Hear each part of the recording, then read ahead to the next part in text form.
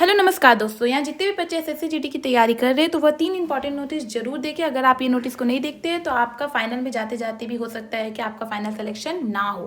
तो ये 3 चीज़ क्या है, तो सबसे पहले मैं आपको बता दूं कि एसएससी जीडी का एग्जाम आपका 4 फेब से स्टार्ट हो गया और वह 25 फेब तक चलेगा। तो जितने भी बच्चे एसएससी जीडी की एग्जाम दे रहे हैं तो इन 3 चीज़ों को जरूर देखें।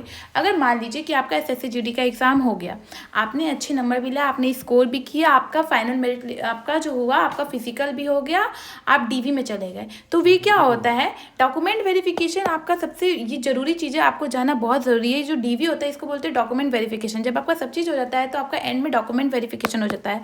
अगर जिसका डॉक्यूमेंट वेरिफिकेशन में थोड़ा सा भी नाम में दिक्कत होता है, थोड़ा सा भी कहीं पे भी दिक्कत आता है, अगर उनका सर्टिफिकेट नहीं मैच हो जाता तो वहाँ जाके आपका सिलेक्शन नहीं होता।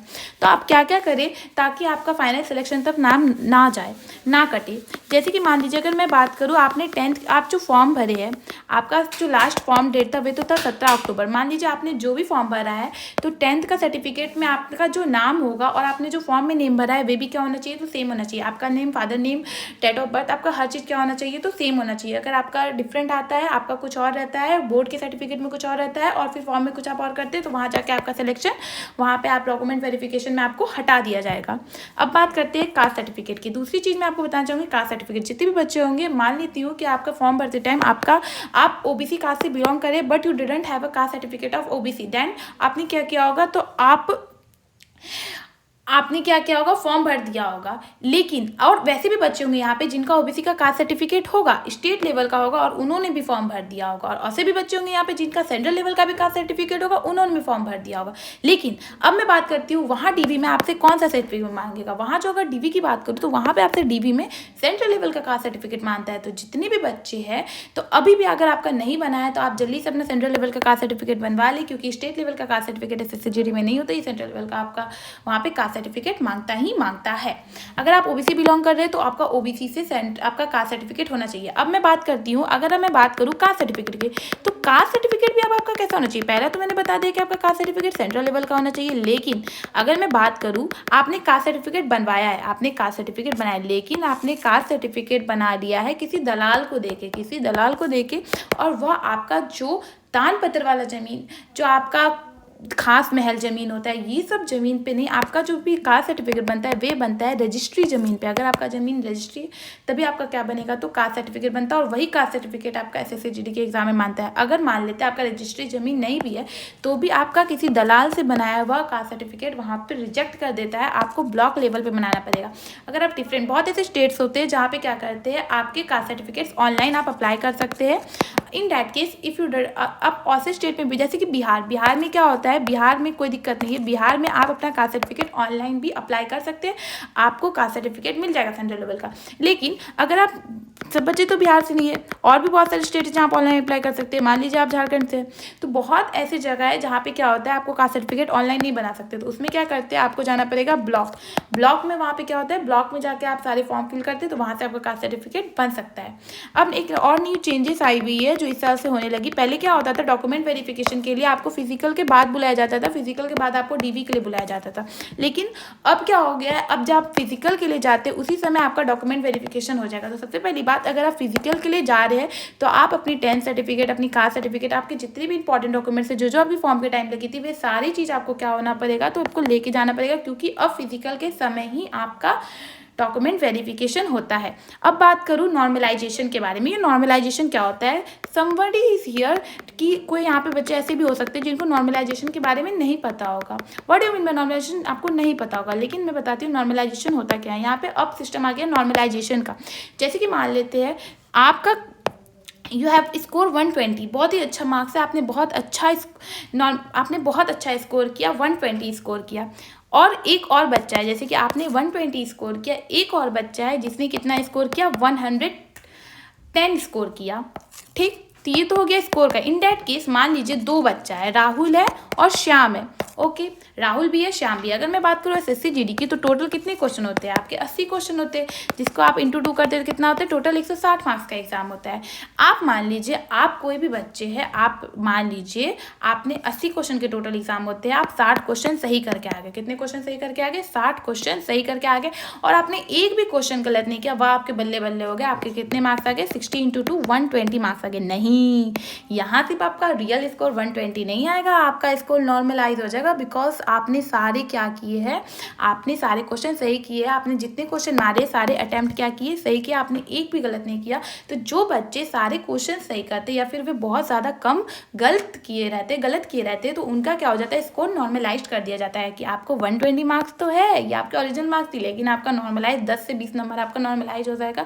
आपको हो सकता है तो 140 मार्क्स भी आ सकता है। तो ये ऐसा, और वे इजी शिफ्ट और हार्ड शिफ्ट पे भी डिपेंड करते हैं कि बहुत बच्चे जिनका हार्ड शिफ्ट होता है तो वहाँ पे स्कोर उनके नॉर्मलाइज कर सकते हैं। तो ये पहला केस आपने देख लिया कि एक बच्चा था जिसने 60 क्वेश्चन सही करके आया। एक और बच्चा गया, वाह, बच्चा था बहुत खुश हुआ, वे क्या किया? 80 क्वेश्चन थे, 80 के 80 क्वेश्चन टिक मार दिए। वाह, बहुत खुश है, बहुत अच्छा एग्जाम देके आया। ठीक, अब उसके 60 क्वेश्चन ही सही हुए, 20 क्वेश्चन गलत हो गए। ठीक है, तो बेचारे के 60 क्वेश्चन तो सही हुए, 120 मार्क्स भले अच्छे खासे आ जाते अगर वे केवल 60 क्वेश्चन सही करके आता, वे 20 क्वेश्चन छोड़ देता।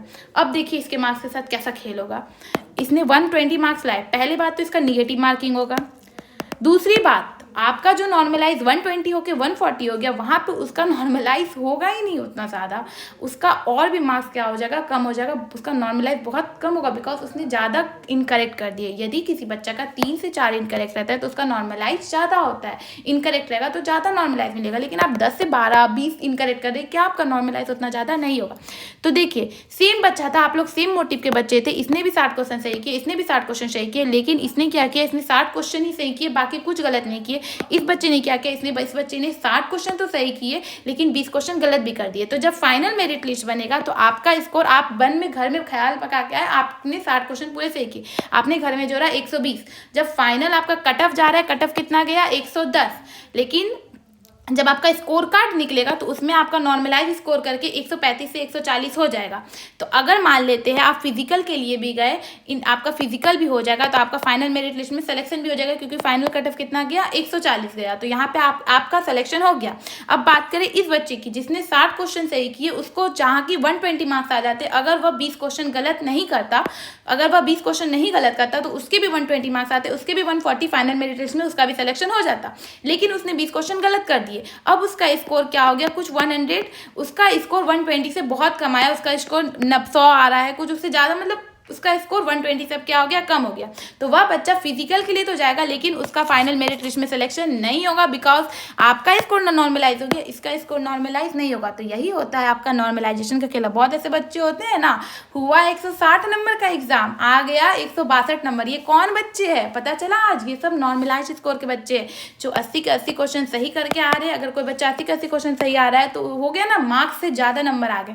तो ऐसा इसीलिए होता है, मार्क्स से ज़्यादा नंबर यूं ही नहीं मिल जाते, सबका एक एक क्या होते हैं? स्टेप्स होते हैं, हर एक पॉलिसी होती है, and without policy there is no way. मतलब हर चीज़ का एक पॉलिसी होता है, और हर पॉलिसी फॉलो करके ही आपको मार्क्स दिए जाते हैं। कोई चीज़ ऐसे हवा में नहीं उड़ा दिया जाता। आप इसीलिए जब भी आप एग्ज़ाम देने जाए तो ज़्यादा से ज़्यादा करिए, क्या करिए कि आप कम गलतियाँ करिए, गलतियाँ कम करेंगे तो आपका स्कोर नॉर्मलाइज ज़्यादा होगा। तो ये 3 चीज़ें आज मुझे यही बताना था। आज मैं आप लोगों को कोई मोटिवेशन नहीं देने वाली हूँ, तब भी मैं हल्का सा बोलूँगी कि आप क्या करिए। अभी भी जैसे कि आपका एसएससी जीडी का एग्ज़ाम बहुत नज़दीक आ चुका है, बहुत बच्चों का तो एग्ज़ाम भी होगा, तो अभी भी क्या करिए, जैसे कि मान लीजिए आपका लास्ट कितना एसएससी जीडी का लास्ट कब है? 25 फरवरी तक।